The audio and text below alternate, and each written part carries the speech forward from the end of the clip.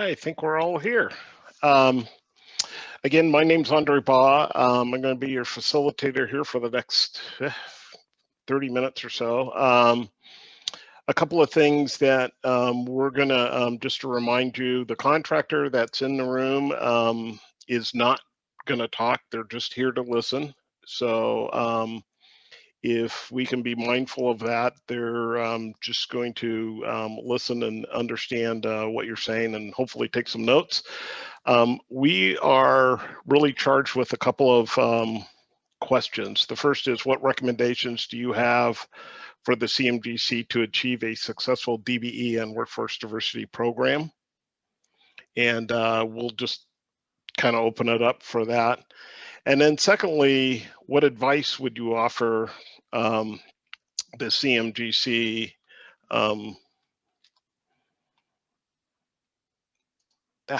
what advice would you offer the CMGC about their approach? And so their approach relative to developing a plan, a diversity plan. And just to put some thoughts into your mind, we're talking about the contract goals, culture change, workforce diversity of those things, outreach, diversity of the subcontracting plan, technical assistance, on-site job culture, mini CMGCs, those type of things, just to kind of get the juices flowing and thinking about what advice and what recommendations.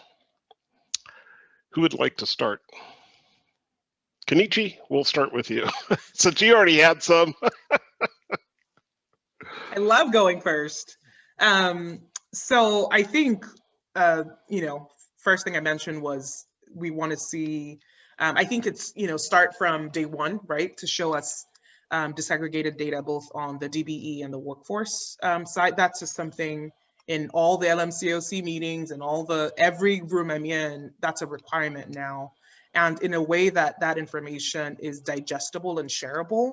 I think ODOT has an opportunity on this project to kind of rewrite history, as you said, Megan, but in a way that shows inclusivity and where we don't have people at each other's throats and we don't have communities at each other's throats because everyone can see, right, where the dollars are truly going towards, and that people who have established businesses, who have burgeoning businesses, have opportunity to work. The biggest shame, I think, at the end of the day would be to have a completed project and not have equitable or specific wins for the community, and have this be a way to refragment the community. In terms of...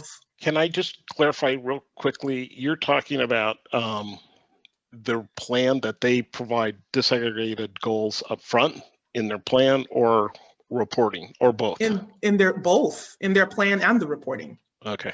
Because if you don't have a plan in the report, and if you don't include it in the plan, then what are we tracking to exactly? So. Okay.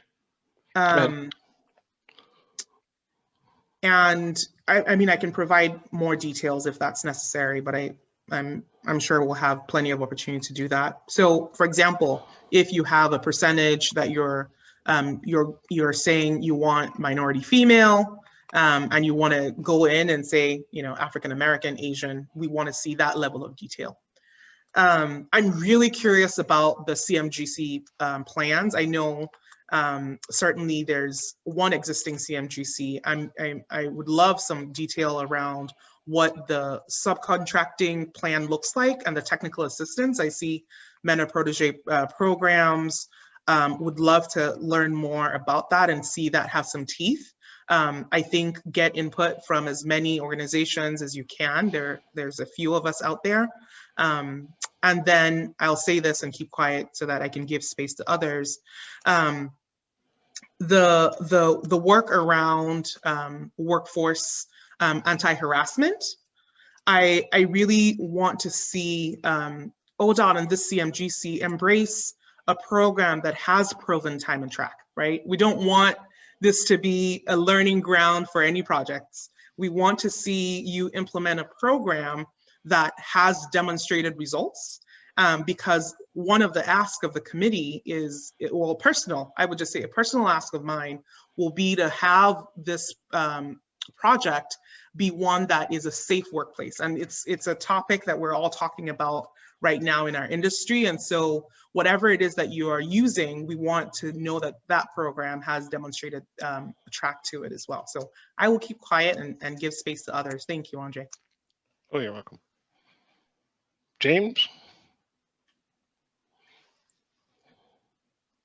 Yeah, I want to continue my train of thought from the last piece. And I just want to say it's important for us to give folk who have succeeded in this venue to be able to do. We need to give them the maximum amount of discretion to continue to succeed the way they have historically succeeded.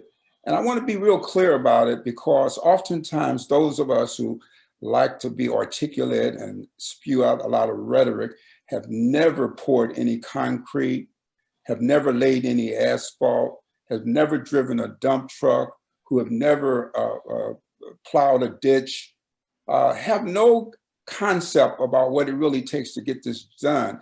And so when people are out here in the mix trying to do this work and experiencing all of the things that caused them to be failures, and they've succeeded over that, then you ought to have deference to them and how they get this done, especially if they are able to complete the task of also having a diversified group of individuals unequivocally.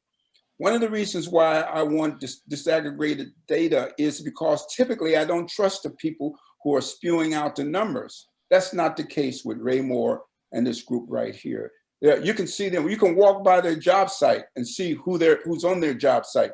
You don't have to have disaggregated data. You can walk through all their projects, see their staff. It's really apparent. Most of the time when we have conversations with people who talk about diversity, it's just theoretical. So I just want to make that point really clear.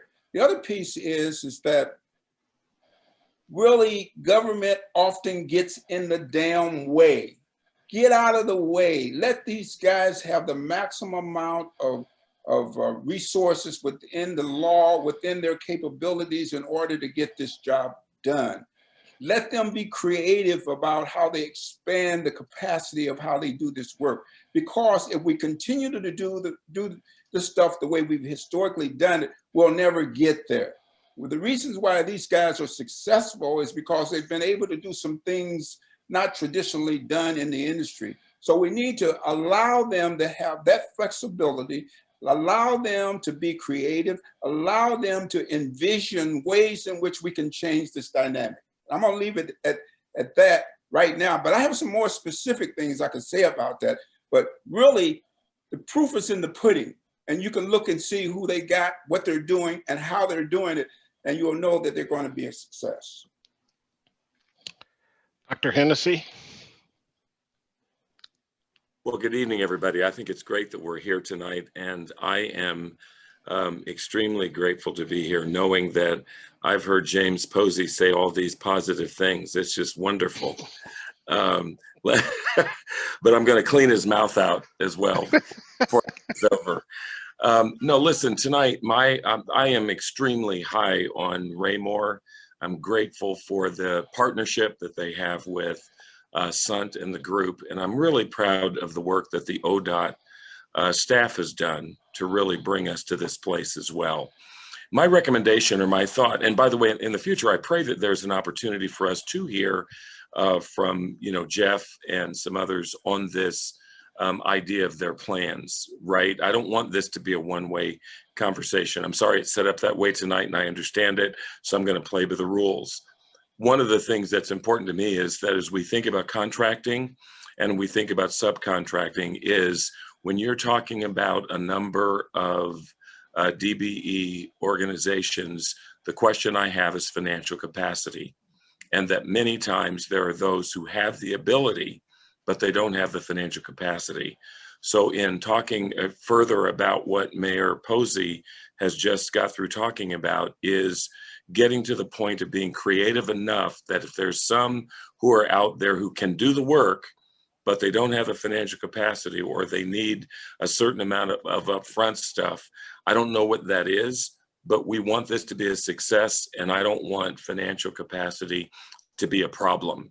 And so we need to figure that out, even if that's how we must work even more creatively with some of the financial institutions around here, or with Prosper Portland, or whatever. The key is, I want us to see as this program, which we all know has the opportunity to not only be a model for what ODOT is doing right now, but can be used around the state, is to be so creative as to also say, here's what we did to make sure that we met our goals and things of that nature when it comes to contracting and our diversity program, so that we would even reach into the financial community, that we would work harder at the issues of financial capacity for those that can do this work and stuff like that. Does that make sense? Yeah. Yep. That's where I'm coming from, because there are Okay.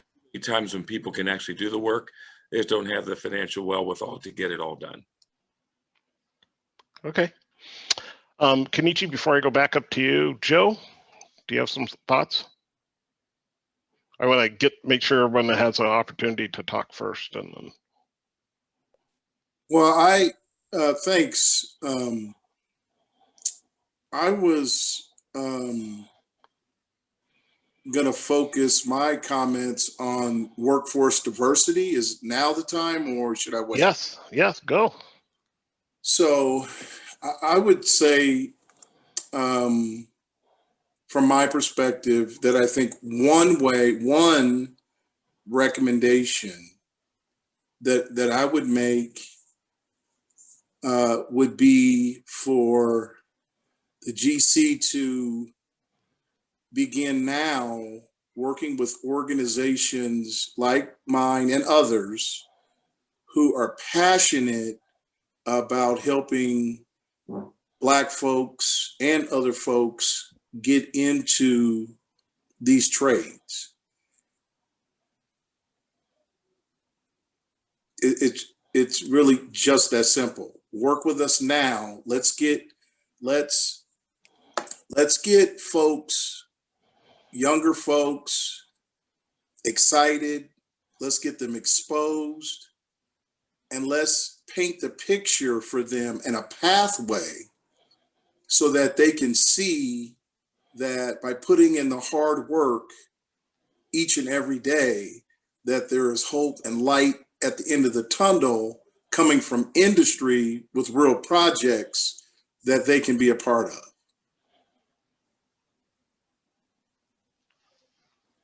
Sounds good. James, I'm going to continue. I'll come back to everybody in a second. Christine? Well, I have more questions than anything at this point. And I don't know if some of the questions that I really want to ask has already been covered, because, since we don't meet frequently and trying to remember things, and as you get up in age, your memory becomes limited. But I'm really interested in knowing, has there been a subcontracting goal set already? And for example, what percentages? And I am very thrilled, like everyone else, to see a local company that is Black-led, especially in that neighborhood, that the Black community is really high on. So that's very encouraging and rare. And also Tamo, that he grew up in that area, born and grew up in that area. So that even means a lot, I think, for the project, for the success, and hopefully the primes will listen to him. There's lots of questions I have, like, what are the subcontracting goals that have set? And in response, I'd like to add to what James was saying. Yes, you can be creative, but this is public money, and there still has to be some accountability for public money. I've been a federal contractor for, 40 years. 30 something of those as in my business. And when I have to be creative, I do discuss it with my federal contracting folks and the program people. And normally they go with it. I would say very high percentage, but you still have to go through the process. And I figured you know that already, but so there are ways of making sure that you still meet the rules and regs, because it is public money and there needs to be some accountability. I'm really interested in each one of these. What I'd like to do is also find out from Hamilton. A lot of his people have been in here in Portland and understand Portland, but are there new people going to be coming in from outside the area? Is Raymore going to be hiring mostly local and not really bringing in new people? Because I think those are the people we really have to also educate on cultural, change, background of the Portland area to understand, where we are coming from, or the Black community, the injustice that has been done, and to help avoid, incidents in the workplace. So I'll stop there, but just I have more questions than anything else. And I agree with Kenichi about this aggregated data. That's something we're also discussing in CERI for CBAs and PLAs. Those are really good to have, this aggregated data, because that's how you get to analyze and what works, what doesn't work, and what you need to change and tweak moving forward. So there's a lot of what all you said that I totally agree with. But this is still at a high level. Thank you. Bob? Yes, thanks. I'm Bob Carroll with IBW 48 and also with the building trades. I want to focus on the subcontracting and the apprenticeship aspect of this. I can still remember the excitement I had 43 years ago when I got into apprenticeship. And I believe that, to increase diversity in the workforce right now there is going to have to be a lot of focus on new apprentices coming in, or apprentices that are already, have already started the programs, whatever programs they may be. So the contractors that are going to be doing this work, that are going to be subcontracted to, need to understand or need to be established training agents, or if they're becoming new training agents, they need to understand the responsibility they have to make sure that these apprentices make it through their apprenticeship and become, journey workers, and eventually own shops and stuff and increase the diversity in the workforce. We have several contractors in the area that I know that are established training agents there, that this will work out really well for. The technical assistants can help with this, but I think that all the contractors that are subcontracted to need to have a very good understanding of what it's going to take for them to do these jobs with the new apprentices and so on. So thank you. Yeah. I'm going to go back up to the top. Kenichi, then James, then Mr. Hennessy. So Kenichi. So I never thought I would see the day, Mr. Posey, that you said no disaggregated data. I smiled, and I think that's a reflection of your confidence on this team, which is great. I think one of the things that we need to remember as a group, and Christina talked about this, that it is public money, and this project is really, I think, the Hamilton Sund team in partnership with Raymore is like, I think of it as like as a pie, right? Where the Raymore team is going to make this project excellent. But there's a huge piece of it that's on the head of the Hamilton Sund team, a big piece. And I want to make sure that everyone's pulling their weight on this job, right? And also, when you start looking at what data does is it celebrates victories. So when we see, and we will see, I'm sure, the successes that we are able to see on this project, we need to be able to quantify and to have something tangible that we can point to and say, this is where we started from day 0, and this is where we are on day 365. So that's the thing with data that's so important to me. And my history and my background is in building businesses. I have built businesses all my career.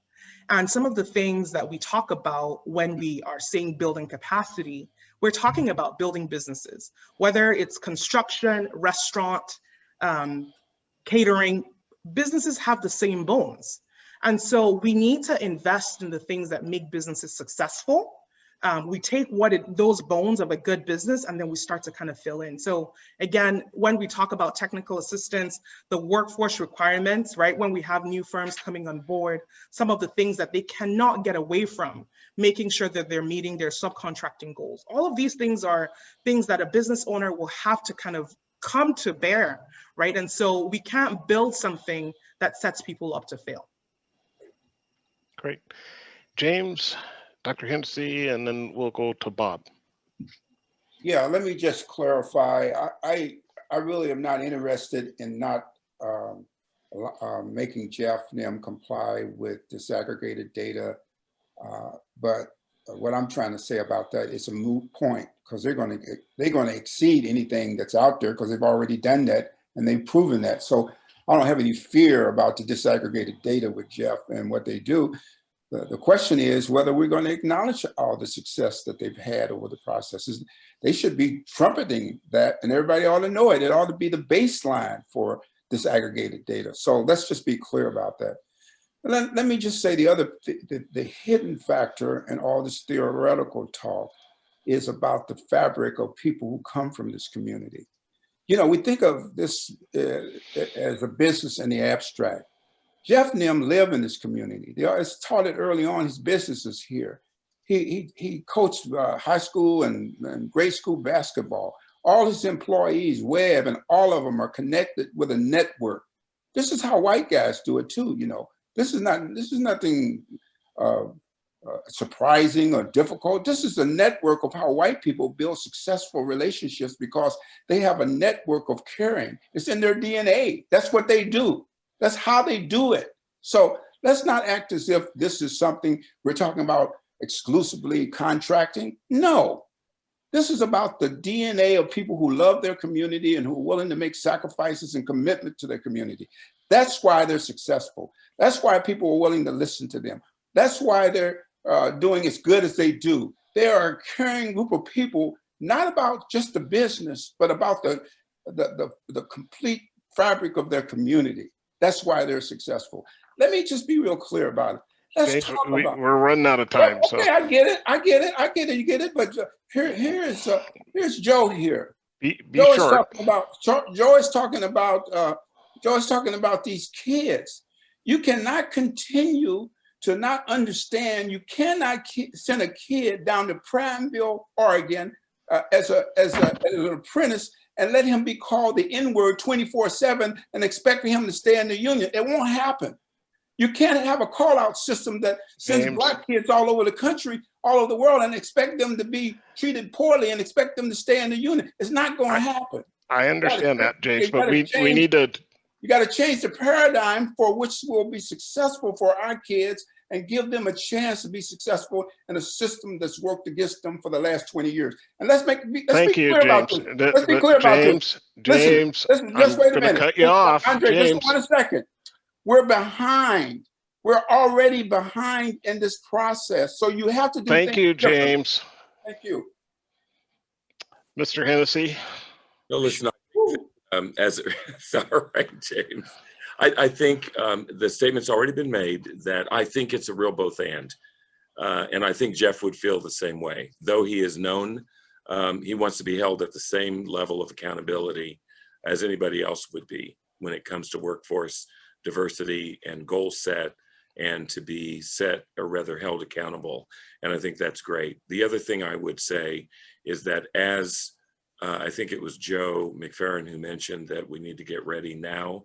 and that we are ready now to begin having our groups understand what's needed and to encourage people to get ready to get involved and to be ready to work. Don't forget your faith communities. Don't forget your community colleges. We are all in position, ready right now with people, particularly in COVID-19, who are looking for work. And we are here to help as well. Bob? Thank you. Just briefly, the other thing I forgot about was outreach. Outreach is going to be a big thing. And I have to agree with Mr. Posey about networking, and that's going to be very important with the outreach.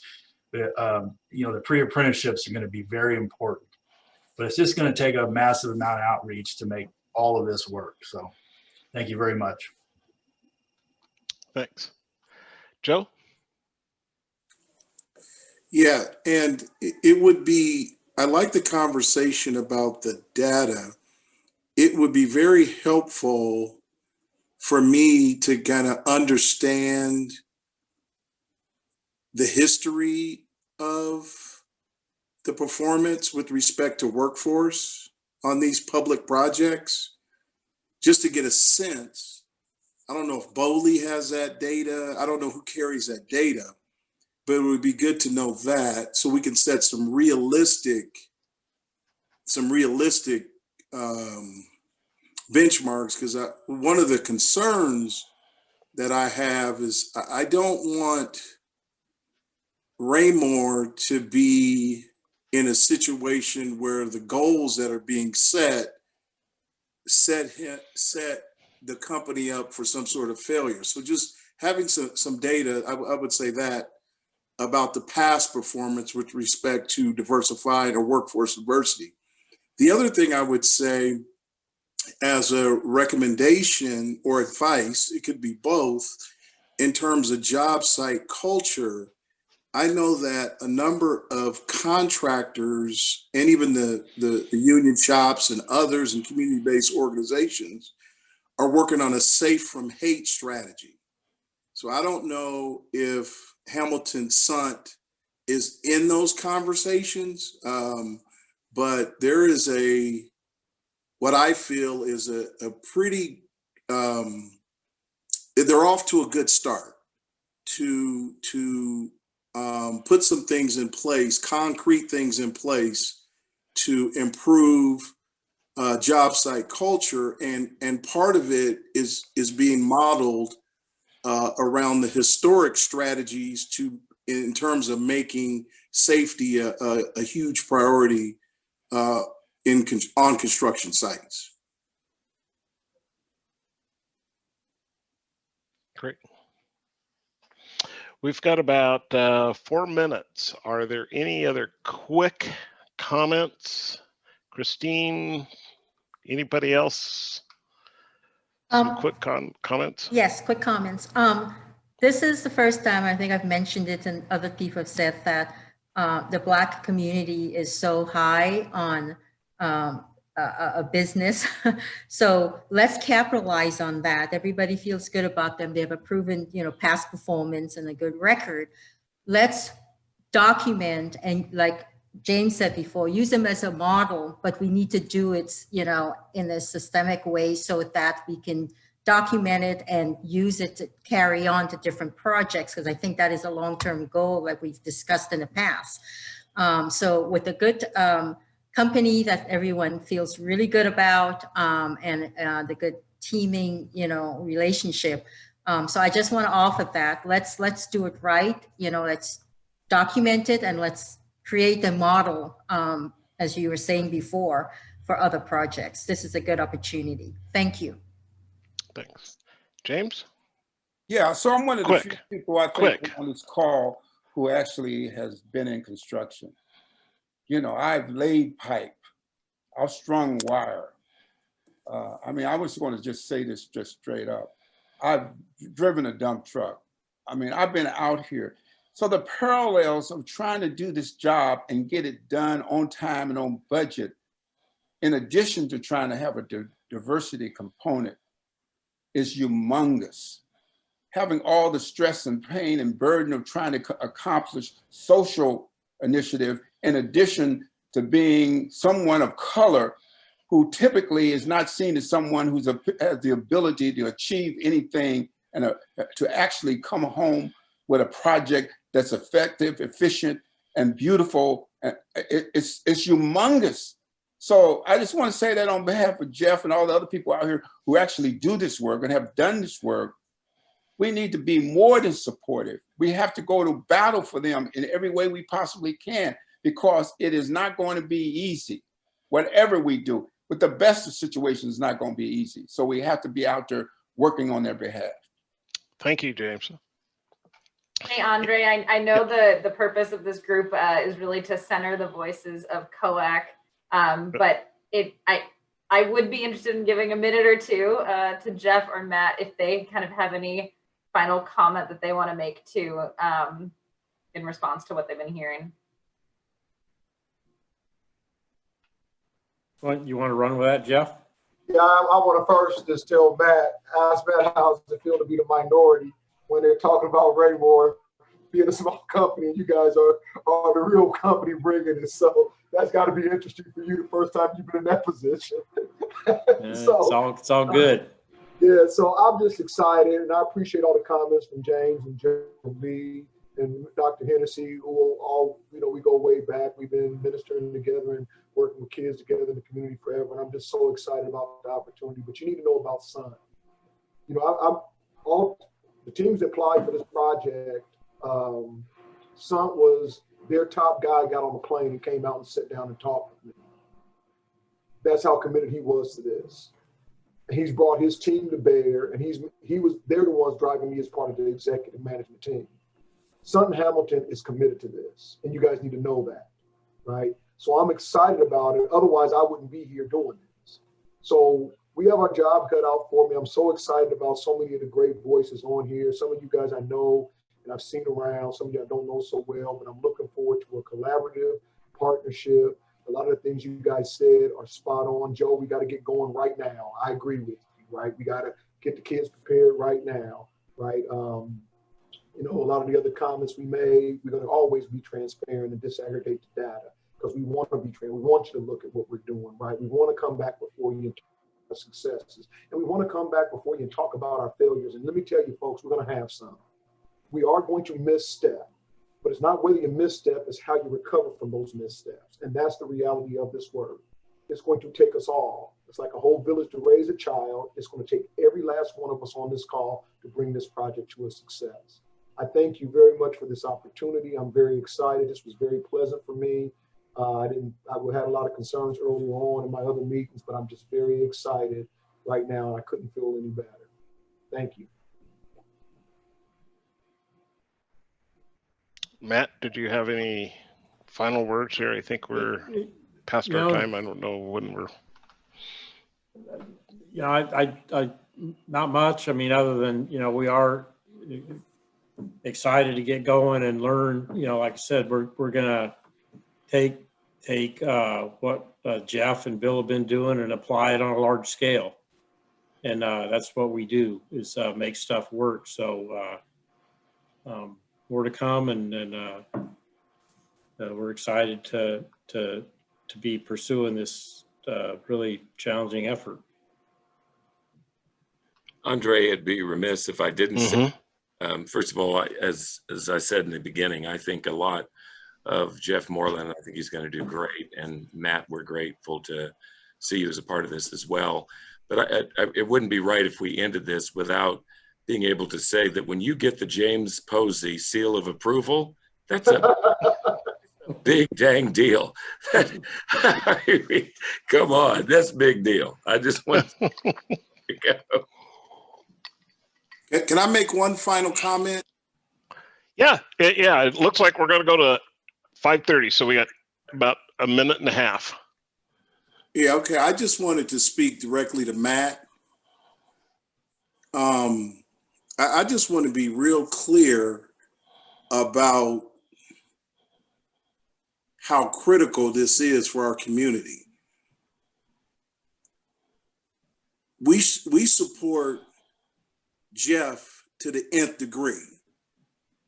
And I just want you to know that my expectations are you support Jeff to the nth degree, even when it gets hard.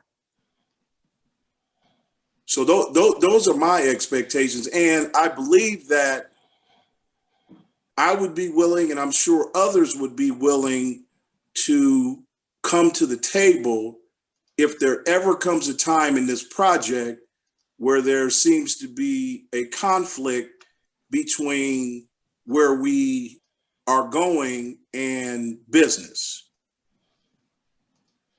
And I'm gonna take Jeff's word that everything he's saying about your company is true. So, but again, I wanted you to know the gravity. This is huge. And again,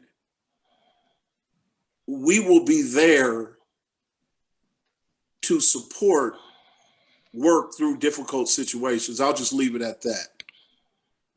Yeah, and I want to add to that. This is not just Portland that we're looking at here. Those of us who have been around this game for a long time, this situation is happening all over the country.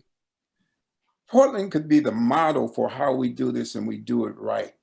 We build a legacy for how we change the economic condition for people who have been left out all back through slavery. I'm not sure we're going to erase that legacy of slavery and stuff, but this begins to peck away at the whole idea that Black folk are not capable of being in a system and being productive in a system that has not been working for them. This is why this is huge for me. I just want to let you all know that this is not this little local thing we're talking about here. This is national, if not international. Quick comment. It's a question Yes, on point go number ahead. 8. Go ahead. We got 40 seconds. Okay, I was afraid I wouldn't have time. Point number 8, I really want to see that. I think it's exciting that there will be other mini what looks like mini CMGC opportunities. So I'd love to also see kind of what that looks like as well.